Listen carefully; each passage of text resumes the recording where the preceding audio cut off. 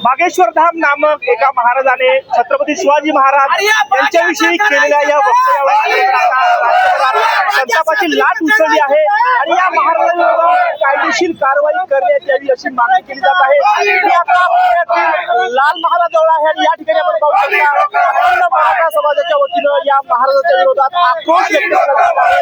या महाराजावर कायदेशीर कारवाई केली जावी अशी मागणी केली जात आहे। या आंदोलकांचं म्हणणं नेमकं काय आहे आपण त्यांच्याकडे जाणून घेणार आहोत। काय झालं नेमकं तुमचं म्हणणं काय आहे? आमचा राजा हा लढणारा होता, थकणारा नव्हता। बागेश्वर बोला कुणी ते सांगितलं त्याला कुठली अक्कल आहे, त्याला कुठली अक्कल आहे, त्याला माहिती आहे का? हा मुख्यमंत्री जिथं सगळ्यांचे तिथं फोटो आहे देवा भाऊंचा शिवाजी महाराजांबरोबर निवडणुकीच्या काळात तुम्ही ते वापरता आणि ज्या वेळेला महाराजांचा अपमान केला जातोय त्यांच्या सामर्थ्याविषयी बोललं जातंय त्यावेळेला तुम्ही ऐकून घेता। त्यावेळेला तुम्ही ऐकून घेता, तुम्हाला थांबवता येत नाही का? तुम्ही म्हणू शकत नाही का तिथं की तुम्ही बागेश्वर बुवा तुम्ही चुकीचं बोलताय, ही म्हणण्याची तुमच्यात ताकद नाही का? का फक्त शिवाजी महाराज तुम्हाला नावापुरते पाहिजेत? आतापर्यंत ह्या महिन्यात 3 वेळा महाराजांचा अपमान केला जातोय, ताराराणींबद्दल बोलले जाते। दरवेळेला आम्ही सहन करायचं का? लोकशाही मार्गाने आतापर्यंत आम्ही आंदोलन करत आलोय।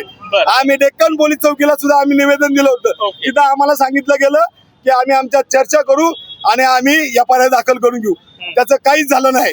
प्रत्येक वेळेला जर का असा अन्याय होत असेल तर असं रस्त्यावर उतरायला तुमची मागणी काय? तुम्ही आता या ठिकाणी मोठ्या संख्येने जमलात, मागणी काय तुमची? आमची तात्काळ मागणी की आता एवढ्या ज्यांनी छत्रपती शिवाजी महाराज असतील, महाराणी ताराबाई असतील त्यांच्याबद्दल वक्तव्य केली चुकीची, त्यांच्यावर तात्काळ गुन्हे दाखल झाले पाहिजेत, त्यांना तात्काळ अटक झाली पाहिजे। आणि हा जो कालचा प्रकार घडलाय त्या बागेश्वर महाराजांनी जी छत्रपती शिवाजी महाराजांबद्दल चुकीचं वक्तव्य केलं ते पण त्या ठिकाणी गडकरी होते, केंद्रीय मंत्री, तिथं मुख्यमंत्री होते, त्यांच्या समोर हे वक्तव्य केलंय, त्यांनी का त्यांना अडवलं नाही?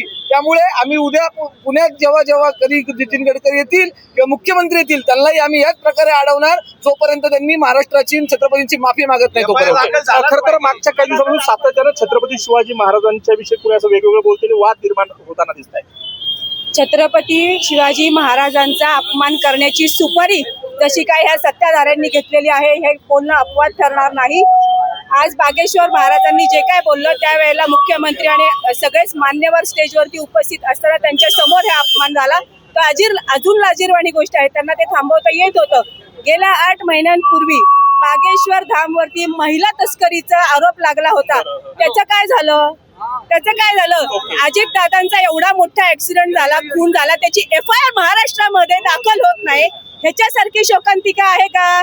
एवढ्या महिलांवरती अत्याचार होत आहे म्हणजे जे बाहेर नाही येणार, कुणी पण येणार, काही पण बोलणार, हे बोंधुगिरी करणारा सुद्धा हा माणूस आहे। त्या बागेश्वरला अटक झालीच पाहिजे आणि ह्याच्यासारखे असंख्य म्हणजे अतिशय एवढे राजकारणी आहेत की या बोंधूबाबांना इलेक्शनच्या दरम्यान बोलवतात, मोठे मोठे सत्संग घेतात, म्हणजे तुम्हाला ह्या गोष्टीतून फक्त जनतेला वेड्यातच काढायचंय का? हा प्रश्न मला मुख्यमंत्र्यांना विचारायचा आहे। पाहू शकता बागेश्वर धाम महाराजांच्या विषयी संपूर्ण राज्यभरात आक्रोश व्यक्त होत असताना पुण्यात देखील हे अखंड मराठा समाजाचे कार्यकर्ते आक्रमक झाले आहेत। तुमची मागणी काय? या ठिकाणी छत्रपती शिवाजी महाराजांचा अपमान करणाऱ्या साधू असू राजकारणी असू सरकारने गुन्हा दाखल करायला पाहिजे। सरकार जर टिपू सुलतान आणि छत्रपती शिवाजी महाराजांबद्दल जर या ठिकाणी महाराष्ट्राच्या काँग्रेस अध्यक्षांवर गुन्हा दाखल करत असेल तर या बागेश्वर बाबांसारख्यांवर गुन्हा दाखल झालाच पाहिजे। या सर्वांच्या मागे हे गृहमंत्री असलेल्या मुख्यमंत्र्यांनी या ठिकाणी राजीनामा दिला पाहिजे। आपण पाहू शकता छत्रपती शिवाजी महाराज यांच्याविषयी नको ते वक्तव्य करणाऱ्या या बागेश्वर महाराजांवर गुन्हा दाखल झालाच पाहिजे अशी मागणी जी आहे ते हे आंदोलक या ठिकाणी करताना दिसत आहेत। पुण्याहून किरण शिंदे, लोकमत व्हिडिओ।